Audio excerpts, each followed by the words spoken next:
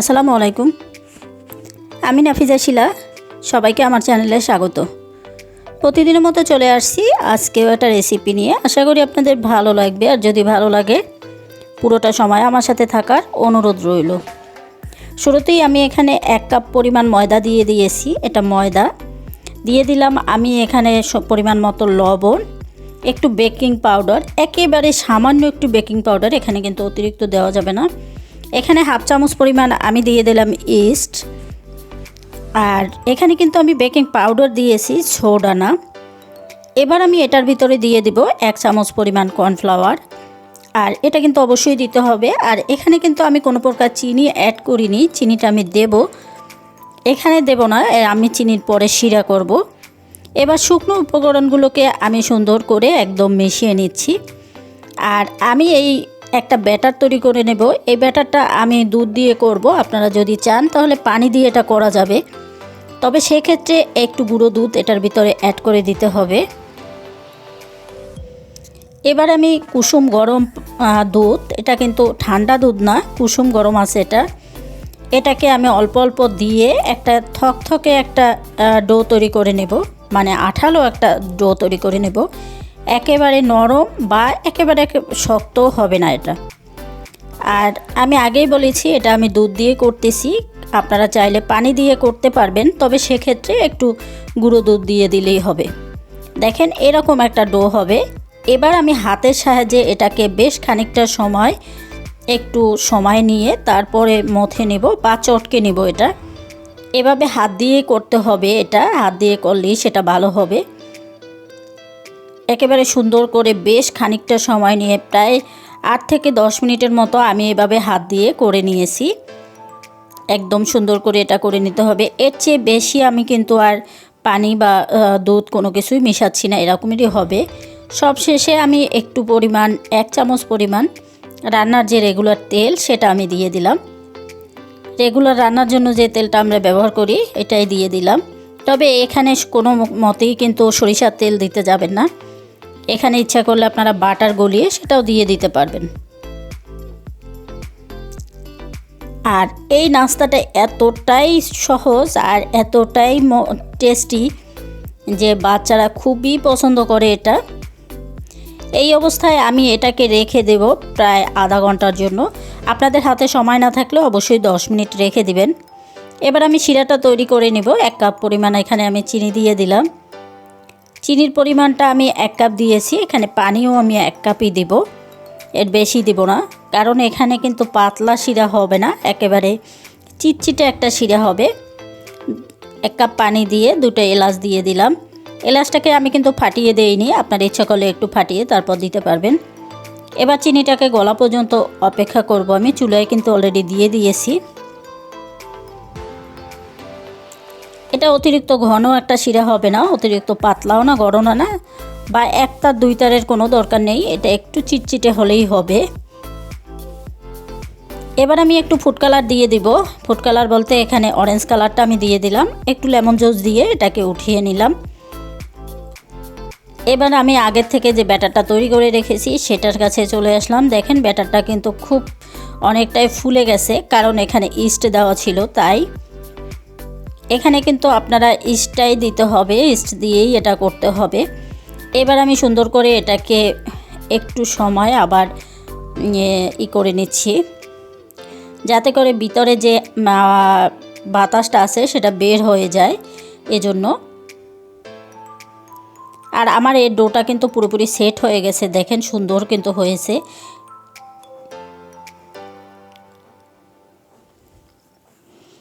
এবার আমি একটা পানির বোতল নিয়ে নিয়েছি। এটা পানির বোতল না, এটা কোকের বোতল। আমি সুন্দর করে ধুয়ে পরিষ্কার করে নিয়েছি। এখানে কিন্তু পানির বোতল দিয়েও করা যাবে। দেখেন আমি পানির বোতলটাও দেখাচ্ছি আপনাদের। তবে আমার যেহেতু ব্যাটারের পরিমাণ কম, তাই আমি এখানে ছোট একটা বোতল নিয়ে নিয়েছি, কোকের বোতল।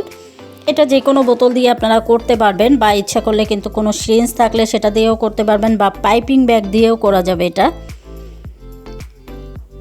আর এই বোতলটা আমার যেহেতু 500 গ্রাম ছিল, 500 মিলি ছিল পানির বোতলটা, তাই এটা কিন্তু 250 মিলি। এবার আমি এটার যে উপরের যে ঢাকনাটা, এটাকে আমি ছিদ্র করে নিব। একটা স্ক্রু ড্রাইভারের সাহায্যে আমি এটাকে ছিদ্র করে নেব। আর এটা কিন্তু আমি একটু গরম করে নিয়েছি স্ক্রু ড্রাইভারটা। এবার আমি ছিদ্র করে নিলাম, মাছ বরাবর আমি ছিদ্রটা করে নেব। আর এটা খুবই সাবধানে করবেন, কারণ স্ক্রু ড্রাইভারটা কিন্তু খুবই গরম এটা। এবার এটাকে আমি একটু বড় করব ছিদ্রটা, এত ছোট ছিদ্রতে কিন্তু হবে না। আর পানির বোতলের যে ঢাকনাটা সেটা কিন্তু আমার অলরেডি ছিদ্র করা আছে, সেটা ছোটো, এটা দিয়ে হবে না। আর এটা কিন্তু আমার অনেক বড় করেছি, দেখেন ঠিক এরকম একটা ছিদ্র করে নিয়েছি। এবার আগের থেকে যে ব্যাটারটা আছে এই ব্যাটারটাকে আমি বোতলের ভিতরে ঢুকিয়ে নেব। আর যেহেতু আঠালো ব্যাটার, এটা ঢুকাতে কিন্তু একটু ঝামেলাই। আর এই কাজটা কিন্তু হাত দিয়েই করতে হবে, অন্য কোনোভাবেই এটা সম্ভব না। তো আমি এটা কিন্তু পুরোপুরি ঢুকিয়ে নিয়েছি ভিতরে। একটা কেসি নিয়ে নিয়েছি আমি। এবার যে কাজটা করব, তেলের ভিতরে কাঁচিটাকে আমি একটু চুবিয়ে নিয়েছি, তেলটা গরম করে নিয়েছি আগের থেকে। এবার আমি একটু একটু করে দিব আর কেটে দিব। এই কাজটা করা কিন্তু একটু ঝামেলারই মনে হয়, কিন্তু আসলে ঝামেলা না করতে গেলে। দেখেন কিভাবে আমি কাজটা করছি, এটা দেখে দেখে বুঝে নিতে হবে, এটা কিন্তু বোঝানো যাবে না যে আমি কাজটা কিভাবে করছি। একটু করে চাপ দিয়ে বোতল থেকে যখন বের হয় তখন এটাকে কেটে দিলেই হবে। যেহেতু এখানে ব্যাটারটা আঠালো, তাই বের হতে ঝামেলা আছে। দেখেন কিভাবে আমি কাজটা করছি। এভাবে করে আমি সবগুলোকে দিয়ে দেব। একেবারে যে গোল হতে হবে তা কিন্তু না, চেষ্টা করতে হবে গোল হওয়ার জন্য, না হলে কিছুই করার নেই। আমার এগুলো কিন্তু সবগুলো গোল হয়নি, কিছু গোল হয়েছে, কিছুটা কিন্তু লম্বাটে হয়ে গেছে। আসলে একই রকম হলে সেটা দেখতে ভালো দেখা যায়, এই আর কি। খাওয়ার কিন্তু কোনো টেস্টের কিন্তু হেরফের নেই, শুধু দেখতে ভালো দেখানো আর কি। তো এবার আমি উল্টে পাল্টে এগুলোকে ভেজে নেব। চুলার আঁচটা কিন্তু একদমই লো আমার আছে। আর এগুলো দেখেন তেলে পড়ার সাথে সাথে কিন্তু কত সুন্দর করে একদম ফুলে টইটুম্পুর হয়ে গেছে। দেখেন একটু খেয়াল করলেই বুঝবেন যে কিভাবে টইটুম্পুর হয়ে যাচ্ছে এগুলো। আর এখানে 1 কাপ ময়দা দিয়ে কিন্তু বেশ অনেকগুলোই হয়েছে। আমি এগুলোকে সুন্দর করে উল্টে পাল্টে তারপরে এগুলোকে একটা সুন্দর একটা কালার আসলে উঠিয়ে নেব।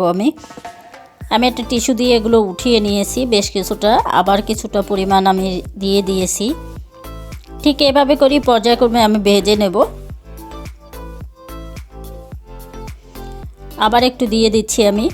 আমার ভিডিও যদি ভালো লাগে তাহলে প্লিজ একটা লাইক দিয়ে দিবেন। আর বেশি ভালো লাগলে চ্যানেলটাকে সাবস্ক্রাইব করে আমার সাথে থাকতে পারেন। যারা চ্যানেলটা সাবস্ক্রাইব করে আমার সাথে আসেন, সুন্দর সুন্দর কমেন্টস করছেন, আমাকে এত দূরে এগিয়ে নিয়ে আসছেন, তাদেরকে অসংখ্য অসংখ্য ধন্যবাদ। আমার এই ব্যাজেও কিন্তু ভাজা বেশ কিছুটা পরিমাণ আমি দিয়ে দিয়েছিলাম, সেটাও কিন্তু আমার প্রায় ভাজা হয়ে আসছে। আর এগুলো এতটাই ফুলে গেছে যে একটা সাইড উল্টানো অন্য সাইডটা আর করা যায় না, যার জন্য বারবারই এটাকে নাড়িয়ে নাড়িয়ে কিন্তু ভেজে নিতে হবে। এগুলো কিন্তু ভিতরে কাঁচা থাকবে না, যদিও উপর থেকে কালার না আসলেও এটা কিন্তু কাঁচা থাকবে না, কারণ এটা দেওয়ার সাথে সাথেই পুরোটাই ফুলে যাবে আর ভিতরটাও সুন্দর হয়ে যাবে। ব্যাস আমি এগুলোকে উঠিয়ে নিচ্ছি। আমার সবগুলো কিন্তু ভাজা হয়ে গেছে। এবার আগের থেকে শিরাটা যে রেখে দিয়েছিলাম সেটার ভিতরে আমি দিয়ে দিচ্ছি, দিয়ে তারপরে একটু নাড়িয়েই ধুয়ে নেব। এটা বেশি সময় যে রাখতে হবে তা কিন্তু না। আর যেহেতু একটু ফুড কালার আমি দিয়েছিলাম, এটা কিন্তু অপশনাল, আপনারা না চাইলে নাই দিতে পারেন, তার জন্য সুন্দর কালারটা আরও সুন্দর আসছে। এবার আমি সবগুলোকে উঠিয়ে নিচ্ছি। আর দেখেন দেখতে কতটা সুন্দর লাগছে, আমার কাছে কিন্তু খুবই ভালো লাগছে, বাচ্চারা তো খুবই পছন্দ করেছে। দেখেন সবগুলো কিন্তু আমি উঠিয়ে নিচ্ছি, সুন্দর একটা কালার আসছে, খেতে কিন্তু অসম্ভব মজা। এটা পানির বোতল দিয়ে যে এত সুন্দর একটা নাস্তা বানানো যায় সেটা আসলে না বানালে বুঝবেন না। আশা করি আমার আজকের ভিডিও আপনাদের ভালো লাগছে। যদি ভালো লাগে তাহলে প্লিজ একটা লাইক দিয়ে দিবেন, আর যদি বেশি ভালো লাগে তাহলে শেয়ার করতে পারেন আপনার ফ্রেন্ডস অ্যান্ড ফ্যামিলির সাথে। আজকে আর বাড়াবো না, সবাই ভালো থাকবেন, সুস্থ থাকবেন, নিরাপদে থাকবেন। নতুন আরেকটা ভিডিও দেখার আমন্ত্রণ জানিয়ে আজকের মতো আল্লাহ হাফেজ।